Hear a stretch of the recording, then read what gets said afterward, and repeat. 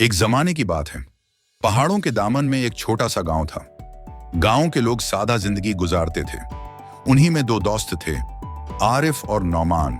दोनों बचपन से साथ खेलते, साथ पढ़ते और एक दूसरे के दुख सुख में हमेशा साथ खड़े रहते। उनकी दोस्ती को गांव के लोग मिसाल के तौर पर पेश करते थे। आरिफ का दिल बहुत नरम था।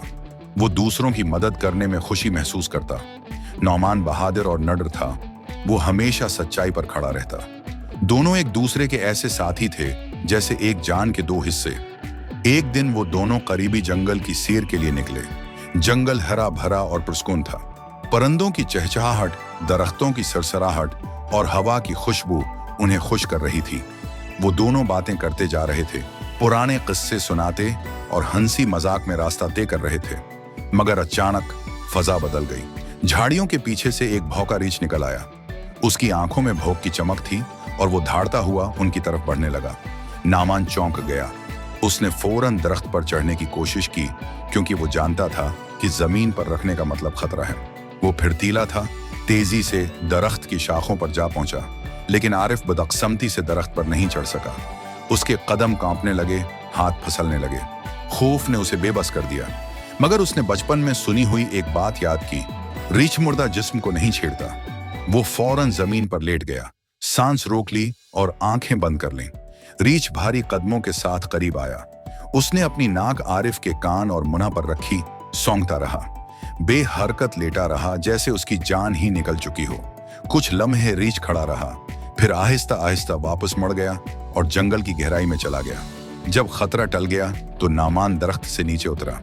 उसने हंसते हुए कहा, यार आरिफ, ये रीछ तुम्हारे कान में क्या कह रहा था? आरिफ ने गहरा सांस लिया, अपने कपड़ों की गर्द झाड़ी और मुस्कुराकर कहा, रीछ ने मुझे एक कीमती नसीहत की है। उसने कहा, वो दोस्त कभी मत बनाना जो मुश्किल वक्त में तुम्हें अकेला छोड़ दे। से भर गया। उसकी आंखों में पशीमानी थी। उसने आरिफ से माफी मांगी और कहा, दोस्त, आज मैंने गलती की। मैं डर गया था, अपनी जान बचाने के लिए भाग गया, लेकिन तुमने हिम्मत से काम लिया। मैं वादा करता हूं कि आइंदा कभी तुम्हें तन्हा नहीं छोड़ूंगा। गांव वापस पहुंचने पर दोनों ने यह किस्सा सुनाया। गांव के बुजुर्गों ने कहा, यह कहानी हम सबको याद दिलाती है कि सच्चा दोस्त वही है जो मुश्किल में भी साथ दे, वरना दोस्ती का कोई मतलब नहीं।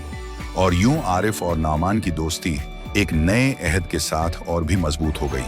इस कहानी से हमें यह समझ आता है कि दोस्ती सिर्फ हंसने खेलने का नाम नहीं। दोस्ती का असल मियार तब परखा जाता है जब हालात सख्त हों, जब खौफ का साया हो और जब कुर्बानी देने की जरूरत हो।